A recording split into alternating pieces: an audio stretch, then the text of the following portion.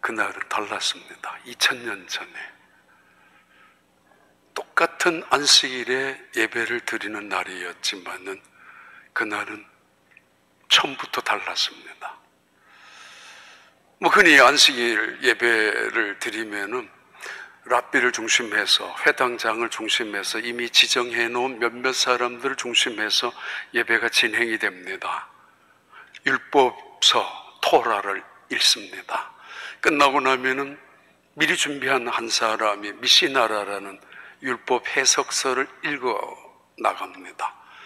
그리고는 함께 축복 기도를 하죠.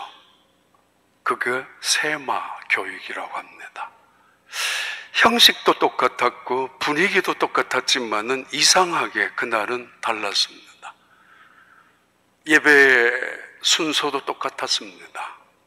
그러나 이상하게 그날은 2000년 전에 그날은 달랐습니다.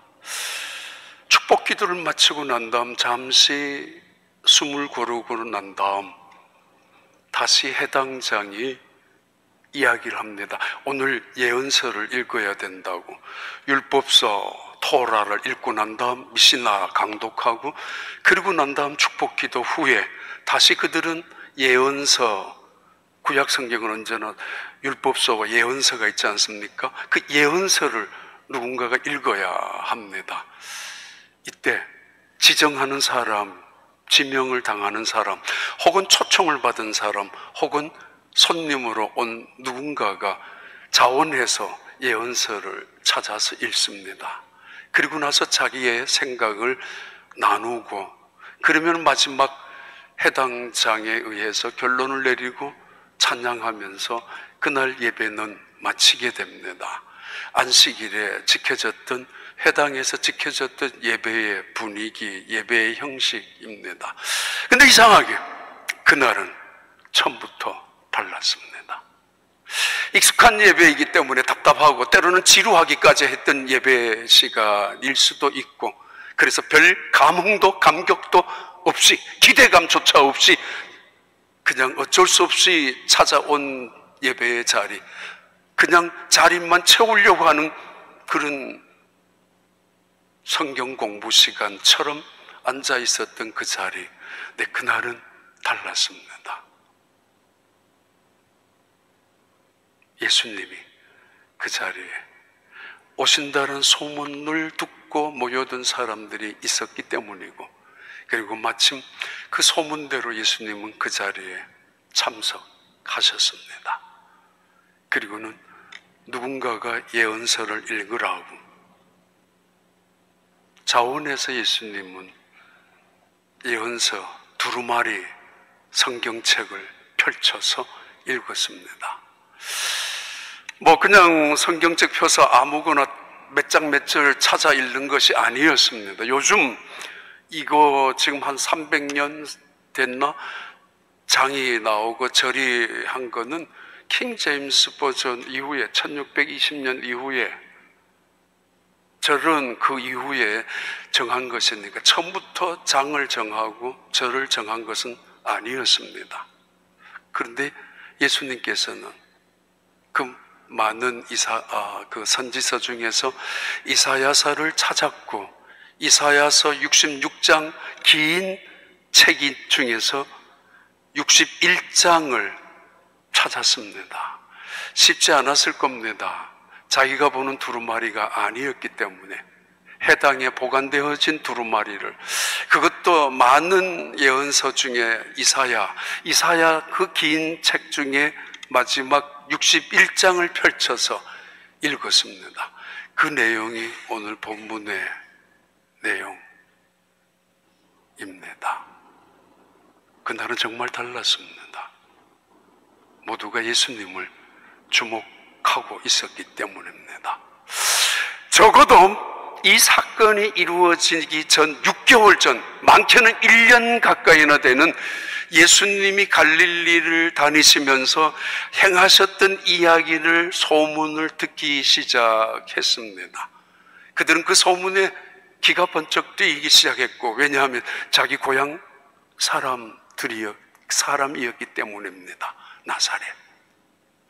나사렛에서 무슨 선한 것이 나올 수 있느냐라고 빈정 또는 비난을 받을 만큼 나사렛은 초라한 동네이고 잘난 사람이 지금까지도 앞으로도 나올 수 없는 그런 무시당하고 멸시당하는 동네, 나사렛 동네 사람들.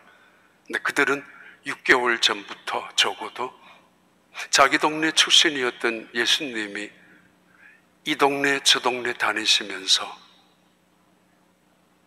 천국 복음을 전파하신다는 소문을 들었습니다.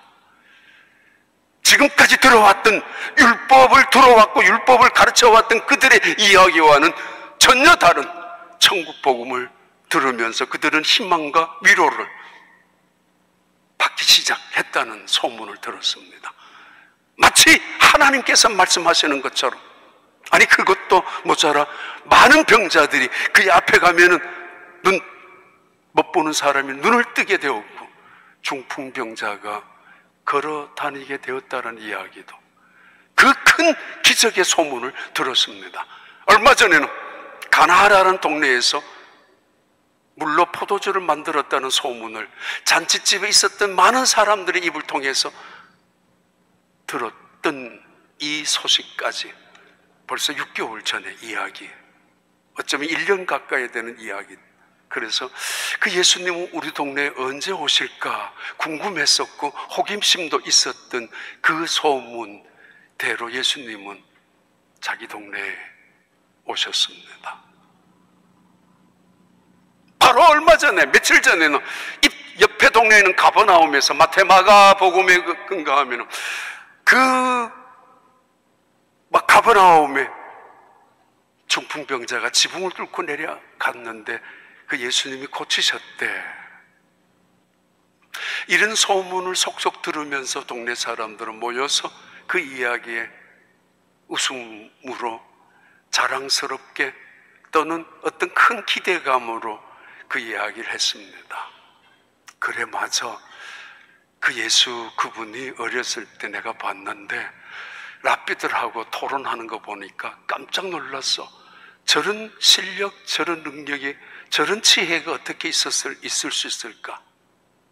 어떤 사람은 맞아, 그 아이가 예배를 드리는데 얼마나 예배 드리는 모습이 경건한지 거룩하게까지 했다고 강한 인상을 기억하고 있는 사람들도 있었을 것이고, 어떤 아저씨들은 같은 또래로 장난치면서 컸던 그 아이들, 이제 30년이 지난 쯤에 자기 자식들에게 그 예수님에 대한 이야기를 했을 겁니다.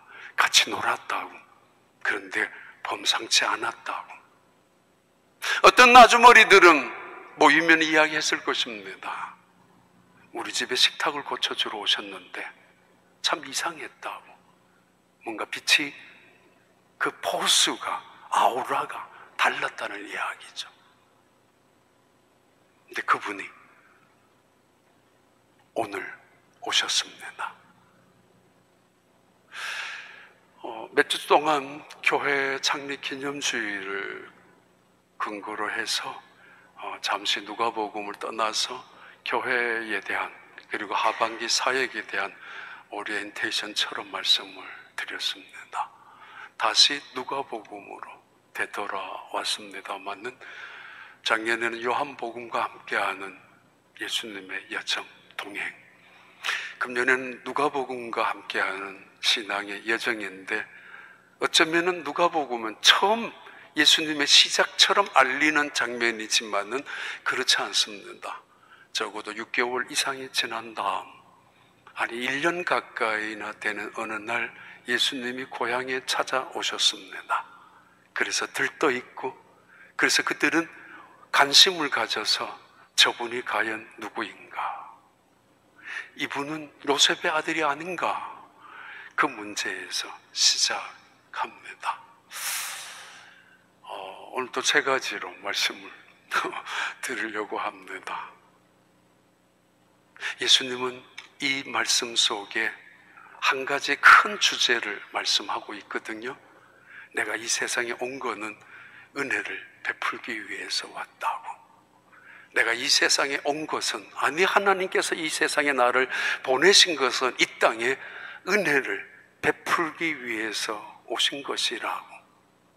그 말씀을 이사야 선지자 700년 전에 예언했던 이사야 선지자의 예언을 펼쳐서, 그리고는 700년 후에 바로 예수님이 사역을 시작하시고 몇 달이 지난 다음 고향 땅에 찾아오셔서 그 고향 사람들 앞에서 그 말씀을 증언하고 선포하십니다. 내가 이 땅에 은혜를 베풀기 위해서 왔다고. 봐요. 누가복음 4장 17절 21절까지 읽고 지나갈까요? 선지자 이사야의 글을 들이거늘 책을 펴서 이렇게 기록된 데를 찾으시니 곧 주의 성령이 내게 임하셨으니 이는 가난한 자에게 복음을 전하게 하시려고 내게 기름을 부으시고 나를 보내사 포로된 자에게 자유를, 눈먼 자에게 다시 보게 함을 전파하며 눌린 자를 자유롭게 하고 주의 은혜의 해를 전파하게 하려 하심이라 하였더라. 책을 덮어 그 맡은 자에게 주시고 앉으시니 회당에 있는 자들이 다 주목하여 보더라. 이에 예수께서 그들에게 말씀하시되 이 글이 오늘 너희 귀에 응하였느니라 하시니. 매우 직설적이죠. 이사야 선지자의 예언을 읽고 나셔서 오늘 이 예언이 너희들 귀에 응했다고. 매우 대담하죠. 담대하죠. 그가 바로 나라고. 매우 중요한 선언을 하십니다. 그리고 온 세상에 누구도 여기서 말한 그 예언자 바로 나라고, 메시아가 나라고 할 수 있었던 사람이 이 세상 지난 2000년, 3000년 동안, 4000년 동안 누가 있었습니까? 예수님, 그분이 나야. 아주 대담하게,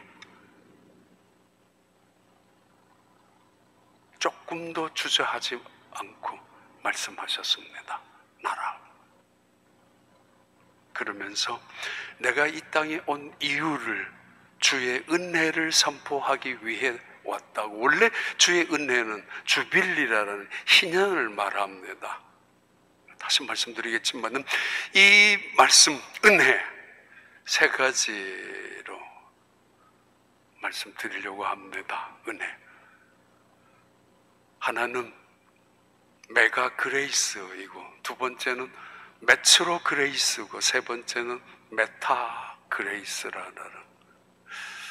제가 언젠가 성경 공부 시간에, 당회원들 공부 시간에 이야기를 했습니다. 가끔씩 해요, 은혜라는 거. 목사님, 그 신학적인 단어가 따로 있습니까, 성경에? 그래서 제가 없는데요, 제가 만드는 겁니다. 가만히 생각하니까 신학을 정식으로 공부한 게 75년부터니까 거의 48년, 50년이 되어가고 있으니까 틀린 거는 아닐 겁니다. 지난번에 베드로의 신앙의 여정 속에서 방향 설정, 상실, 재설정, 오리엔테이션, 디스오리엔테이션, 그리고 리오리엔테이션이라는 것도 틀린 건 아니니까 제가 만드는 것입니다. 많은 단어들. 그리고 이번에도 리콜, 리포지션, 또 리바이브 이것도 사역의 하반기에 만드는 겁니다. 다른 말로 틀린 거는 아니니까 걱정하지 마시고, 그레이스, 은혜라는 단어를 이렇게 바꿀 수도, 구별할 수도 있구나라는 뜻의 말씀을 드리려고 하는 것입니다. 은혜. 이상하게 은혜라는 이야기를 하면은 비웃음거리가 될 수 있고 때로는 조롱까지 받을 때가 있었습니다. 왜냐하면 율법을 이야기해야 거룩한 종교인 같고, 의의를 이야기하고 정의와 공평을 이야기해야 지성인들 같고 정의로운 사람들 같아서, 은혜라는 이야기는 때로는 역사 속에서 조롱거리가 되어 왔던 것이 사실입니다. 그래도 노래를 부르더라도 우리 어렸을 때 은혜가 풍성한 하나님은 이런 찬양 부르면 꼭 무식한 사람들이, 때로는 광신자들이 부르는 노래인 것처럼 멸시를 당해왔던 것도 사실입니다. 고상하고 우아하고 세련된 찬송을 부르면 뭐 괜찮다라고 하지만 은혜 찬양은 이상하게 조롱거리가 되어 오는 것도 사실입니다. 초대교회부터 그랬습니다. 기독교 시작부터. 포도원의 이야기에 아침 9시부터 아침 8시부터 일하러 온 사람, 오후 5시에 와서 잠깐 1시간 발 붙였다가 떠나간 사람들 똑같이 품값을 주었습니다. 예수님이 말씀하신 말씀입니다. 은혜라고. 아니 이게 뭐야? 그러면 지금까지 준비하고 공부하고 노력했던 그 사람, 간신히 합격한 사람과 백을 가지고 들어온 사람과 공평하게 이게 무슨 정의가 되느냐라고. 하루 종일 땀 흘리고 열심으로 일한 사람과 잠깐 와서 일한 사람이 똑같이 품값을 받는 것이 무슨 은혜냐라고. 이러면은 세상의 질서와 세상에 노력할 사람이 누가 있느냐라고. 법을 이야기하고 율법을, 의를 이야기하고 자기의 공로를 이야기할 때에 은혜는 조롱거리가 되고 말았습니다. 맞습니다. 아버지 집에 막내 아들이 돈을 달라고 그래서 집을 나갔습니다. 자기의 몫의 재산을 일부분 받아서 다 쓰고 돌아오게 되죠. 간신히 돌아왔습니다. 거지 몰골로. 그것도 창기와 더불어 그 돈 다 재산 허랑방탕하게 쓰고 말았습니다. 그러면은 벌을 받아야 되죠. 징계를 근신시켜야 되는데 그 아버지는 그 아들을 잔치를 벌여줍니다. 그것도 말이에요. 그러면 집안에서 성실하게 일했던 형은 뭐가 돼요? 한 번도 아버지 속을 썩인 적이 없이 열심으로 지금까지 떠나간 본 적도 없는 정말 책임있게 일했던 그 사람은 어떻게 되냐 말이에요. 이게 은혜라고요? 이렇게 은혜는 초대교회 때부터 조롱거리가 되어 왔습니다. 그러나 분명한 건 기독교는 은혜의 종교란 사실입니다. 20년, 30년 전부터 다시 은혜를, 조롱받았던 은혜를 표면 속으로 올리기 시작했었던 책들이 있는데 그것이 필립 얀스의 Amazing Grace라는 놀라우신 은혜, 놀라운 하나님의 은혜라는 것과 데이비드 시멘스가 쓴 힐링 그레이스라는 치유하는 은혜라는 것을 아주 표면적으로 드러내면서 다시 기독교가 잃어버리고 때로는 비웃음거리조차 되었던 짓밟히었던 이 은혜를 끌어올리기 시작하면서 교회에서 은혜란 말을 회복하기 시작했습니다. 은혜, 법보다가 은혜, 공평보다가 은혜. 왜요? 은혜가 없기에 모든 문제가 터지는 것이고 은혜를 모르기에 싸우는 것이고 은혜를 체험하지 못했기에 변화가 없는 것이고 은혜를 소중하게 간절하게 사모한 적도 없기 때문에 법을 따지고 공의를 앞세우고 그렇게 살아가는 거 아니냐고. 근심과 걱정도 그 이유 때문이고 두려움과 불안도 거기에서 오는 이유고 그리고 불평, 비판, 비난 따위도 여기에서 비롯되는 것이라고. 디모데전서 1장 12절 14절의 말씀입니다. 나를 능하게 하신 그리스도 예수 우리 주께 내가 감사함은 나를 충성되이 여겨 내게 직분을 맡기심이니 내가 전에는 비방자요 박해자요 폭행자였으나 도리어 긍휼을 입은 것은 내가 믿지 아니할 때에 알지 못하고 행하였음이라. 우리 주의 은혜가 그리스도 예수 안에 있는 믿음과 사랑과 함께 넘치도록 풍성하였도다. 첫 번째 은혜라는 건 메가 그레이스, 넘치는 은혜, 분에 넘치는 은혜, 가분한 은혜, 감당할 수 없는 은혜입니다. 일한 적도 없는데 일한 품값을 주시는 하나님 은혜이죠. 거기에서 감격이 있고 거기에서 겸손이죠. 난 한 곳이 없는데 하나님의 자녀가 될 자격도 없는 사생아였는데 하나님은 나를 부르셔서 하나님의 양자로 입양시켜 주시는 거, 입적시켜 주시는 거. 아무리 둘러보고 아무리 생각해 보아도 사실은 의롭게 행동한 적이 없는데 의롭다고 여겨주셔서 하나님의 자녀로 삼아주신 그 은혜, 사도 바울의 고백대로 말하면 풍성한 은혜이고 갈병의 이야기대로 하면 거부할 수 없는 하나님의 은혜입니다.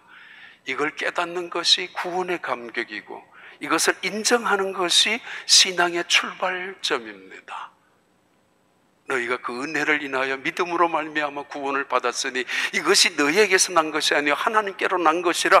이것이 은혜의 선물이라고. 하나님께서 우리에게 주신 은혜야. 믿음 뿌리가 여기에 있습니다. 세상은 심은 대로 거두는 것입니다. 누구나 인정합니다. 작게 심으면 작게 거두고 많이 심으면 많이 거두고 좋은 것 심으면 좋은 것을 거두는 법입니다. 이 세상에 이것만큼 더 분명한 진리가 어디 있습니까?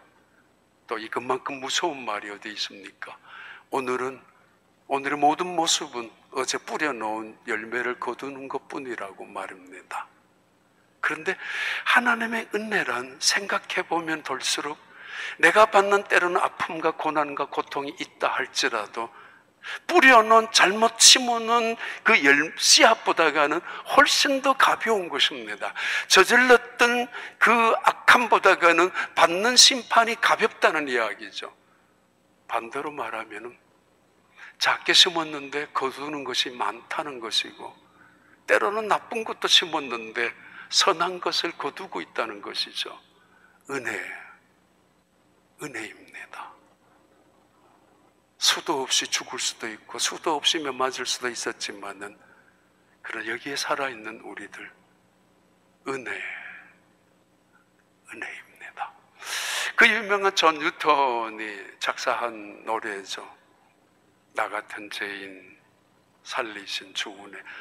한번 노래 말고 그 유명한 그 백파이프 한번 들어봐요. 이게 어떻게 우리에게 들려오는지.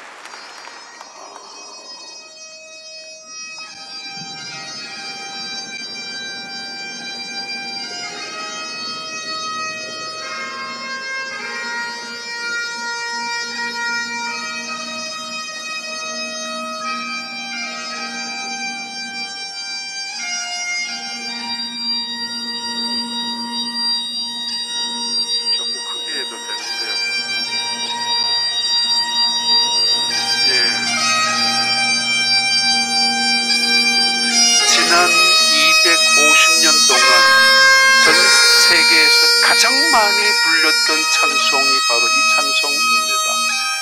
미국 대통령의 장례식, 그 엄숙하고 또는 웅장한 장례식에도 빠짐없이 등장하는 노래이고 때로는 대통령의 취임식 자리에, 영광스러운 자리에도 이 찬양을 부를 만큼 찬양대가 아주 오케스트라를 동원해가지고 때로는 국가적인 비극을 당했을 때 9/11 때 모여서 세레모니라 그래도 이상한데 그때 함께 불렀던, 눈물을 흘리면서 불렀던 찬양도 이 찬양입니다. 흑인들이 행진을 해나갈 때도 그 많은 서러움과 절망 속에 불렀던 노래 찬양도 이 찬양입니다. 존 뉴턴은 1770년에 작사한 노예 선장이기도 했고 해군이기도 했고 어머니는 그가 목사가 되기를, 신부가 되기를 원했지만은 일부러 삐뚤어지면서 바닷가로 나가서 그리고 아프리카에 다니면서 노예들을 잡아가지고 팔기도 하는 그런 사람으로 살았던 그 유명한 이야기. 그분이 몇 번이나 변화를 거듭하다가 아프리카에서도 늪지대에서 죽을 뻔했었고 또 폭풍 속에서도 죽을 뻔했었고 말을 타다가 떨어져서 절벽에서도 죽을 뻔했었고 그때마다 우연히 살아났겠지. 하나님의 은혜를 거부하고 했었다가 마침내 폭풍 침몰 직전에 하나님 정말 살려주세요. 정말 하나님이 살아계신다면 살려달라고. 자기도 모르는 사이에 침몰되어 갔던 배 속에서 구원 건짐을 받았던 이 존 뉴턴이 지난 세월 속을 되돌아보면서 지은 작사입니다. 나 같은 죄인 살리신 주 은혜 놀라워. 이사야 61장 1절 2절 볼까요? 주 여호와의 영이 내게 내리셨으니 이는 여호와께서 내게 기름을 부으사 가난한 자에게 아름다운 소식을 전하게 하려 하심이라. 나를 보내사 마음이 상한 자를 고치며 포로된 자에게 자유를, 갇힌 자에게 노임을 선포하며 여호와의 은혜의 해와 우리 하나님의 보복의 날을 선포하여 모든 슬픈 자를 위로하되. 이사야서 61장에 있었던 단어 보복의 날을 뺐습니다. 그리고 상처받은 사람들도 뺐습니다. 누가복음 4장에서는 뺏는 이유가 분명하진 않지만 그냥 저 생각에는 은혜를 강조하기 위해서 그렇지 않았을까. 하나님은 나를 은혜의 해를 선포하기 위하여, 예수님이 오셔서 이스라엘 백성들이 예루살렘 나라가 다시 다윗의 왕국을 회복한 것도 아니었습니다. 로마의 나라가 무너져서 이스라엘이 독립한 것도 아니었습니다. 가난한 사람들이 부자가 되고 그 땅의 사회 질서가 새롭게 공평과 정의로 세워진 것도 아니었습니다. 그런데 그 예언은 분명히 예수님의 말씀을 통해서 이루어졌다라고, 지금 이루어지기 시작할 것이라고 말씀하고 있고, 너의 귀에 들린 대로 그 예언을 실현시키는 자가 바로 나라고 말씀하고 있습니다. 가난한 자에게 복음이 전파되어서 포로된 자가 해방을, 눈먼 자가 보게 됨을, 눌린 자가 자유함을, 죄와 관계가 있죠. 근심과 걱정에 묶여 있고 두려움과 불안에 묶여 있고 온갖 죄의 사슬에 묶여져 있는 사람들, 그들을 풀어주겠다고, 나라의 독립을 위해서 봐라 이제 자유와 해방의 날이야 라고 선포하는 것이 아니었습니다. 예수님이 오셔서도 세상은 변한 것이 하나도 없었기 때문입니다. 이 은혜의 해를 전파하기 위해서, 바로 은혜를 주기 위해서 오셨다라는 말이죠.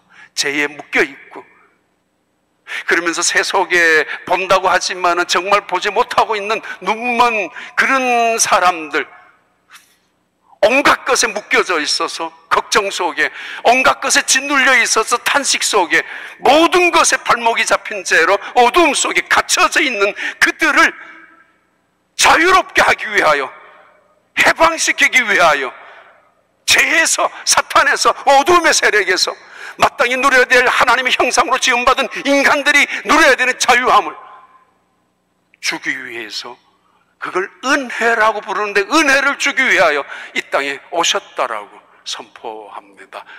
이걸 은혜라, abundant grace, 풍성한 삶, 풍성한 은혜, 분에 넘치는 은혜, 도저히 나는 감당할 수 없는 은혜, 때로는 거부할 수 없는 그 은혜를 말합니다.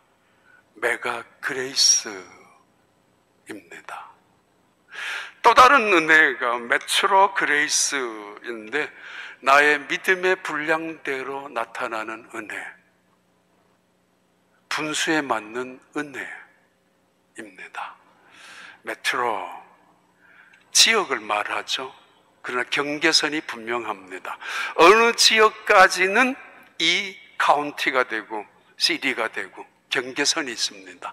메트로, 버스 노선은 분명합니다. 가는 노선을 향해 가야 되고 기차, 철로 위에 가야 합니다. 벗어나면 탈선하고 잘못 가면은 그거는 기다리는 사람들에게는 큰일 납니다. 자기 기차 길로만 가야 하고 경계선 밖으로 가면 안 됩니다. 그 남의 구역입니다. 자기 구역은 아닙니다. 메트로 그레이스, 믿음의 분량에 맞는 은혜를 하나님께서 주신다는 것이죠. 이 균형을 잘 맞춰야 합니다. 분에 넘치는 은혜, 가분한 은혜, 거절할 수는 없는 은혜, 그래서 하나님의 자녀가 되었고 죄로부터 용서를 받았고 묶여있던 모든 쇠사슬에서 풀림을 당했고 눌려있는 모든 것으로부터 다시 해방과 자유를 얻게 되었는데, 깨달아야 될 것이 하나 있는데, 너는 너의 믿음의 분량을 지키라고. 그걸 하나님의 지혜라고 합니다. 하나님께서 나의 믿음의 분량대로 주시는 그 은혜를 지혜로운 은혜라고 부를 수 있습니다. 누가복음 4장 22절 24절 볼까요? 그들이 다 그를 증언하고 그 입으로 나오는 바 은혜로운 말을 놀랍게 여겨 이르되 이 사람이 요셉의 아들이 아니냐. 예수께서 그들에게 이르시되 너희가 반드시 의사야 너 자신을 고치라 하는 속담을 인용하여 내게 말하기를 우리가 들은 바 가버나움에서 행한 일을 내 고향 여기서도 행하라 하리라. 이르시되 내가 진실로 너희에게 이르노니 선지자가 고향에서는 환영을 받는 자가 없느니라. 고향에 오래간만에, 아니 처음 찾아오신 예수님, 동네 사람들은 자랑스럽고 자부심도 있죠. 그런 한편으로는 시기심도 있습니다. 그러면서 나오는 말이에요. 넌 요셉의 아들이 아니야? 저 사람 요셉의 아들 아니야? 많은 부분이 생략되어 있죠. 저가 메시아라고? 그럴 수 없어. 그 아버지를 아는데, 그가 우리가 동네에서 잘하는 거 우리가 다 봤잖아. 아니 요셉의 아들 아니야? 언제 유학을 한 적이 있지? 어떻게 배웠지? 어떻게 이렇게 똑똑할 수가 있어? 아니 요셉의 아들 아니야? 그런데 무슨 기적을 행한단 말이야?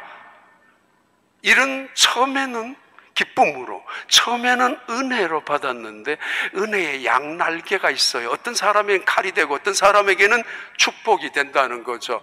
같은 말씀을 들으면서 어떤 사람에게는 분노가 이를 갈고 돌을 던지고 스데반을 죽였던 예루살렘의 교인들처럼, 이고니온의 성도들이 사도 바울을 향하여 돌을 던져서 죽이려고 했던 것처럼, 은혜는 어떤 사람에게는 생명이 됩니다. 하나님께서 하시는 지혜로운 은혜의 나누심입니다. 불행하죠. 왜 어떤 사람은 그 같은 은혜가 베풀어지는 순간에 이를 갈고 돌을 던져서 죽이는지 분노해서, 어떤 사람은 생명을 얻는지, 그건 하나님의 주권입니다. 하나님이 노아를 택하셨을 때 테베, 테바, 원, 노아의 방주, 당시에 적어도 1억만 명이 있었을걸요. 그죠? 1억만 명. 최소한 10억은 있었을 수도 있습니다. 그런데 하나님은 8명만 살렸습니다. 끔찍한 일 아닙니까? 두려운 일 아닙니까? 이스라엘 백성들이 애굽에서 200만 명이 구원받았습니다. 요단강을 그런 홍해를 건넜고, 요단강을 건널 때는 2명만 건넜습니다. 끔찍하죠? 율법에서 그랬어요. 근데 하나님 그들에게 은혜를 베푸셨죠. 은혜를 입었죠. 그들은 신약시대 와서 예수님께서는 확대하죠. 2사람 중에 한 사람이 맷돌을 갈다가, 2사람이 잠을 자다가 한 사람만이, 2사람이 밭을 갈다가 한 사람이 반 정도의 구원의 문을 열어주었던 은혜의 시대, 은혜의 세상, 은혜의 선포, 증언. 아침에 온 사람이나 오후에 온 사람이나 똑같이 베풀었던 하나님의 은혜, 예수님은 그 은혜를 선포하는 것입니다. 우리에게 기회를 주시는 거죠. 삭개오에게도 나사로에게도 베푸셨던 은혜. 집을 나갔다가 돌아온 그 아들에게 베푸셨던 아버지의 사랑. 형은 뭐가 되느냐라고 세상은 따지고 있지만은 기독교는 아버지의 사랑에 관심이 있습니다. 그걸 은혜라고 합니다. 근데 이 은혜가 형에게는 거절되어 있고, 넌 내 집에 있으면서, 형이 그랬잖아. 아버지 내가 여러 해 동안 아버지 속도 안 썩이고 섬기고 있었고, 집을 나간 적도 없고 아버지의 집에 재산을 탕진한 것도 없는데 나한테는 친구들을 위해서 잔치 한번 벌여주지 않다가 저 내 동생은, 저 당신의 아들에게는 왜 이렇게 하느냐라고. 야 이놈아, 내게 다 네 거야. 은혜를 모르면은 불평이 많아요. 은혜를 모르면은 구별을 하죠. 이건 네 일인데 내가 해주는 거야. 그래서 내가 얼마나 희생한 줄 알아? 은혜를 모르면. 은혜를 알아야 겸손하죠. 충성을 이야기하지만 은혜 없는 충성은 자기의 열심일 뿐이죠. 끝까지 못하죠. 은혜, 마리아의 은혜, 감사가 있고 즐거움이 있고 기쁨이 있고 눈물이 있고 충성이 있잖아요. 은혜. 때에 따라 알맞는 은혜, 그리고 나의 분수에 맞는 은혜인데, 이 동네 사람들은 이제 기대를 해요. 당신이 우리 동네에 왔으면 우리 동네에 필요한 은혜를 달라고, 우리가 먼저 믿어야 되지 않느냐로, 우리에게 특권을 달라고, 우리에게. 우리 어렸을 때 시골에도 우리 고향 사람들 뭐 이야기 많이 하고 자랐어요.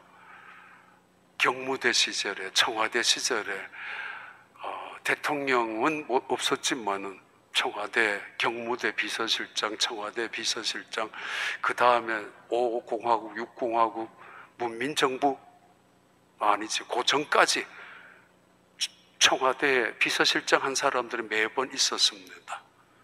잘 나간 사람들이, 장관들이 매번 있었다는 거죠. 그 시대마다. 그래서 자랑을 많이 하고 마치 무슨 일인 것처럼. 근데 무슨 혜택도 없습니다. 아무 혜택도 받은 적도 없지만, 동네 사람들이 예수님이 찾아왔을 때 물었죠. 우리한테 해줄 게 뭐 있지? 근데 예수님이 그들의 속셈을 알았는지 없다고. 당신들의 마음부터 고치라고. 속담이 있지 않느냐고. 의사가 환자에 따라서 처방하더라도 다 고치는 거 아니라고. 그런 마음 갖고 있으면은 은혜를 받지 못한다는 이야기죠. 지난주에 한 부부가 찾아오셨는데 북한과 관계되는 선교를 하셨고, 또 지금도 그 이야기를 듣고 계시는가 봐요. 김일성 시대에 제일 먼저 추방된 사람들이 정치범이었고 그 다음에 기독교인이었대요. 그 기독교인들을 전부 잡아가지고 아오지 탄광으로 보냈고, 그 탄광 속에 보냈는데 그들 기독교인들이 다시 또 그 안에서 열심으로 예수를 믿으니까 또 더 지독한 무슨 요독 수용소는 이런 수용소로 완전히 보냈는데, 살아남은 사람들이 지금도 수천 명 있었던 중에서 지금도 수십여 명이 살아있는가 봐요. 근데 그 이야기를 전달받은 이 부부가 이런 이야기를 했습니다.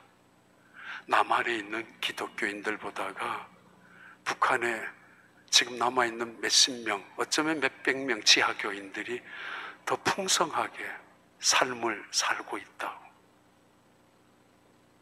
그들의 입에서 김일성, 김정은, 김정일, 김정일, 김정은 이 독재체제를 무너지게 해주세요 라는 기도가 아니라 감사의 기도가 나온다고. 가슴이 뭉클했어요. 그 독재 속에서, 그 탄압 속에서, 그 고통 속에서, 배고픔 속에, 추위와 굶주림 속에서 어떻게 그런 신앙생활을 지킬 수 있을까? 하나죠. 은혜이죠. 우린 은혜를 매일 받는다고. 죽어가는 동료들 보면서도, 자기들을 향하여 모질게 온갖 혹독한 짐승 같은 대우를 받으면서도 은혜의 줄을 놓치지 않고 있죠. 그거 놓치면 죽는 줄 알고. 로마서 12장 3절 볼까요? 내게 주신 은혜로 말미암아 너희 각 사람에게 말하노니 마땅히 생각할 그 이상의 생각을 품지 말고 오직 하나님께서 각 사람에게 나누어 주신 믿음의 분량대로 지혜롭게 생각하라.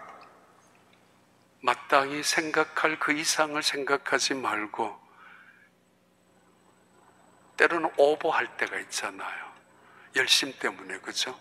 때로는 과욕이 있을 수도 있습니다. 나 은혜 받았어, 내가 할 거야, 내가 알아서 할 테니까 뭐 그러지 말라고 마땅히 그 경계선을 지키라고. 그게 아름답다고, 그게 선하다고, 그걸 신약에서 말하는 은혜, 카리스라는 은혜입니다. 신약에서 말하는 이 카리스라는 단어에서 카라, 기쁨이 나오고, 유카리스트, 성찬식도 나오고, 감사도 나오고, 카리스마, 은사도 나오고, 이 은혜라는 단어 안에서 수만 가지의 기쁨과 감사와 즐거움과 아름다움과 축복과 모든 것들이 여기서 나오는 단어입니다. 내 자리만 지킬 줄 안다면 원망하지 않는 거죠. 내 분수만 안다면 하나님은 그때그때마다 때를 따라 돕는 은혜를, 기가 막힌 은혜를 주셔서 고난 속에서도, 어려움 속에서도 이기게 하시고, 그리고 고통 속에서도 오히려 감사하게 하시는 그 은혜를 말합니다. 그래요. 마지막 메타 그레이스입니다. 나를 변화시키는 은혜, 메타 처치처럼 메타 그레이스입니다. 나를 변화시키는 은혜. 그 은혜가 내게 와서 나를 변화시키지 않는다면 그 은혜는 사실은 광신자에 불과할 것입니다. 나의 삶을 변화시키고, 그리고 나의 변화된 삶을 통하여 세상을 변화시키는 그 힘, 그 능력, 그 영광이 그 은혜 속에 있습니다. 예수님으로부터 한마디 들었죠. 동네 사람들이 좀 불쾌했습니다. 그래서 분노까지 했습니다. 이게 뭐야? 우리를 무시한다고. 그럴 때 예수님이 그들의 속셈을 알고 이렇게 말씀을 계속하셨죠. 봐라, 엘리야 시대에 시돈 땅에 엘리야가 가서 시돈 땅의 가부, 사렙다 가부에게 밀가루가 떨어지지 아니하게, 기름이 떨어지지 않게 기적을 베풀었지. 시돈성이 어디야? 이세벨이라는 아주 악독한 여자. 시돈성이 어떤 곳이냐? 우상이 판을 치는 그 동네 아니냐? 그러나 하나님은 우상이 판을 치는 그 동네에도 계셨고, 그 사렙다 가부의 연약함 속에도 하나님의 은혜는 제한이 없다는 거죠. 제약도 없다는 거죠. 하나님은 이방인 땅에도 넘어간다는 거죠. 하나님의 은혜는 무한하다는 거죠. 엘리야를 통하여 하나님의 그 은혜는 세상 속에 한복판에, 우상의 한복판에도 나타날 수 있다는 이야기죠. 봐라, 하나님이 차별했느냐? 아니야.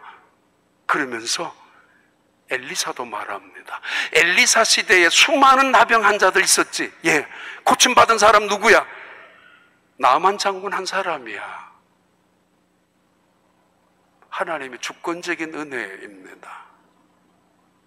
예수님 시대에 수많은 병자가 있었지만 다 고친 거 아닙니다. 수많은 환자들이 있었지만 다 회복된 것도 아니었습니다. 다 구원받은 건 더더구나 아니었습니다. 그 말씀하는 거지. 그러나 분명한 것은 은혜를 선포하셨고, 은혜를 증언하시고 계시고, 이 은혜 때문에 오셨는데, 이 은혜를 받은 사람, 은혜를 경험한 사람, 그들은 변하기 시작하고, 마리아처럼, 삭개오처럼, 제자들처럼, 그리고 그들을 변화된 모습을 통하여 세상은 변화되기 시작한다라고, 은혜의 힘을, 그 은혜의 능력을, 은혜의 그 놀라운 존귀함을 말씀하고 있습니다. 구약 성경의 은혜를 헤세드라고 불러요. 헤세드. 자주 말했던 단어이죠. 헤세드. 긍휼, 자비, 인자, 용서, 사랑, 모든 말이 이 헤세드에서 나왔는데 특별한 단어가 하나 있습니다. 카리스라는, 신약에서 말하는 카리스라는 그 단어는 생명을 잉태한다라는 한 문장으로 설명할 수도 있어요. 은혜라는 자웅인 것처럼 라함, 생명을 잉태하는, 뭐가? 은혜가. 구약에서 이 은혜라는 단어를 헤세드라고 하는데, 이 단어는 다른 간용구로 쓰입니다. 다른 사람의 눈에 빛을 본다는 뜻입니다. 내가 변하니까 상대방의 눈에 사랑을 바라봅니다. 그 사람의 눈에 생명을 바라봅니다. 지금까지는 악마였고 사탄이었고 원수였고 그랬는데, 야곱이 기도하고 난 다음, 은혜를 받고 난 다음 자기의 형 에서를 봤을 때 형 에서의 얼굴이 하나님 같았잖아요. 상대방의 눈에 빛을 보는 것, 그게 헤세드, 은혜라는 단어입니다. 나도 변했죠. 내가 먼저. 그리고 상대방도 변하게 되죠. 조지 휘필트라는 유명한 영국의 부흥사, 그분 설교집에 나와요. 예화 속에 이런 이야기입니다. 런던 시내의 유명한 교회들, 부자 교회들, 그 교회들이 빈민촌에 있는 교회들을 도와주는 프로그램이 많았던가 봐요. 19세기, 20세기까지만 하더라도 1년에 한두 차례는 그 빈민촌에 있는 교회들과 함께 성찬식을 함께 하죠. 은혜를 나누려고. 어느 날 목사님이 보니까 절도범이, 빈민촌에 있는 절도범이 은혜를 받아서 성찬식에 참여하게 되는데 그 자리에서 무릎을 꿇고 있었어요. 근데 바로 옆에 그 절도범을 감옥에 집어넣었던 판사가 있었습니다. 목사님이 그랬대요. 판사 그분한테. 야, 정말 은혜가 기적이죠. 저분 봐요. 저분 기적이라고. 그 전과 몇 범으로 감옥에 들락날락 했는데 이제 변화받고 이제 여기에 성찬식에 참여하는 저 사람 보라고. 눈물로 성찬식에 참여하는 저 사람. 조용히 있었던 이 판사 그분이 이런 이야기를 했대요. 목사님, 아니에요. 저분이 은혜 받은 게 아닙니다. 나예요, 나. 어렸을 때 태어나면서 부유한 귀족집에서 자랐고 모자람 없이 성장했고 그리고 모범생처럼 공부 잘했고 나중에 옥스퍼드 대학교에서 법학까지 졸업해서 판사, 검사, 변호사까지 다 해본 자기. 이때까지 내가 법을 어겨본 적이 없다고 생각했고 그래서 나는 부족함이 없다고 살아왔고 내가 죄인이라고 느껴본 적도 한 번도 없었고 그래서 하나님의 은혜가 필요도 없었고 하나님의 도움조차도 필요 없었던 그냥 나는 점잖게 그냥 젠틀맨처럼 살아온 내 인생 속에서 한 번도 하나님의 은혜에 대한 갈망을 사모해 본 적이 없었다라고. 그때 어느 날 질병 앞에서 내 죽음을 생각하는 어느 날 내가 얼마나 죄인이라는 사실을 깨닫고 내 속에 악이 존재하고 있다는 사실을 깨달으면서 내 본성 안에 악이 존재한다는 사실을 깨달으면서 밤이 맞도록 하나님 은혜를 달라고 내 죄를 깨트려 달라고. 한 번도 하나님의 은혜는 나와는 상관없는 존재로 살아왔던 자기 인생 속에서 비로소 나도 하나님의 은혜가 필요한 존재임을 깨달으면서 신앙이 달라졌다고 하죠. 메타그레이스, 나를 변화시키는 은혜. 성공해도 은혜라고 말하고 실패해도 은혜라고 말하고 건강해서도 은혜라고 말하고 실패해서도 병이 들어서도 은혜를 말하고 내 자식을 보면서도 다 은혜죠, 은혜죠. 어려운 일 당해서도 은혜라고 고백하지만은 결국 그 은혜의 힘은 변화시키는 나를 그리고 나로 통하여 세상을 변화시키는 그 능력입니다. 예수님께서 이 일을 위하여 은혜의 해 주빌리라는 50년에 한 번씩 찾아오는 그 은혜의 해를 예수님은 오셔서 이 땅에 매년 매 순간 매일 선포하기 위하여 이 세상에 오셨고 그 동네 사람들에게 증언하셨고 오늘도 증언하셨습니다. 성령의 능력이 내게 임하셨으니 담대하게 곧 주의 은혜의 해를 선포하기 위해서 솔직하게 그리고 분명하게 오늘 어제도 아니라 내일도 아니라 오늘이라 일컫는 지금 여기에 오늘 보라 사도 바울도 말하지 않습니까? 구원을 받는 오늘 은혜를 받는 때 오늘 이 시간 놓치지 아니하고 예수님은 오늘 너희에게 너희의 기회에 응했다라고 말씀하고 있죠. 그런데 그들은 거부합니다. 이 세상에서 가장 불행한 사람들, 은혜 앞에서 거부한 사람들 분노합니다. 그래서 예수의 멱살을 잡고 등을 붙잡고 그를 끌고 갑니다. 동네 산언덕에 끌고 가서 그를 절벽 아래로 밀어뜨리려고 했습니다. 그 장면까지 기록이 되었는데 예수님은 그 순간을 아직은 사역 중이기 때문에 그들을 피해서 다른 길로 그 자리를 빠져나가셨습니다. 언젠가 그랬죠. 블라인드 사이드라는 요즘 기독교 영화가 미국에 아주 유명한 영화들이 굉장히 많이 나왔습니다. 5-6편 한 번도 못 봤습니다만 뉴스로 봤는데 한번 볼 생각이 몇 가지는. 그 중에 하나가 블라인드 사이드라는 거, 풋볼 선수의 실화 이야기인데 갈데 없는 이 흑인 아이, 체육관에서 청소하면서 자는 아이, 등치도 크고 풋볼 코치의 아내가 그 아이를 자기 집에 데리고 와서 그리고 그는 결국은 방 하나를 주고 침대를 주고 살게 했죠. 그 아이가 그랬대죠. 내 생애에서 내 침대를 갖고 있는 건 처음이라고. 내 침대에서 자보기는. 동네 사람들이, 그 유지 부인들이, 부자 기부인들이 함께 모여서 이야기했습니다. 친구들이. 야, 그 집에, 너희들 집에 그 흑인 아이 데리고 있는 거 힘들지 않아? 걔 출세했어. 걔 재수도 좋아. 걔는 복도 많아. 이때 이 엄마, 풋볼 코치 아내가 그 잘난 척하고 있는 기부인들 앞에서 이렇게 말하죠. 아닙니다. 내가 복이에요. 내가 은혜를 받았어요. 걔 때문에 우리 집이 달라졌어요. 걔로 인해서 내 생각이, 내 인생이 달라졌다고요. 걔가 출세한 게 아니라 내가 달라졌다고. 은혜란 이런 힘이 있고 이런 축복이 있습니다. 고린도전서 15장 8절 11절 우리 함께 읽습니다. 맨 나중에 만삭되지 못하여 난자 같은 내게도 보이셨느니라. 나는 사도 중에 가장 작은 자라. 나는 하나님의 교회를 박해하였으므로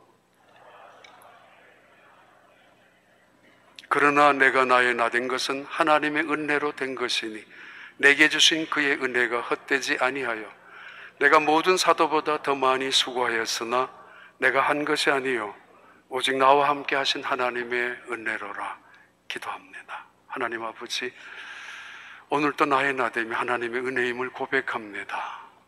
그리고 세상을 향해서도 너의 나됨도 하나님의 은혜임을 고백할 수 있도록 우리가 그렇게 간증하며 증언하며 날마다 주님의 은혜를 선포하며 살 수 있게 하여 주옵소서. 우리 온 교회가 하나님의 은혜로 가득 차게 하여 주시기를 원하며 예수님 이름으로 기도하옵나이다.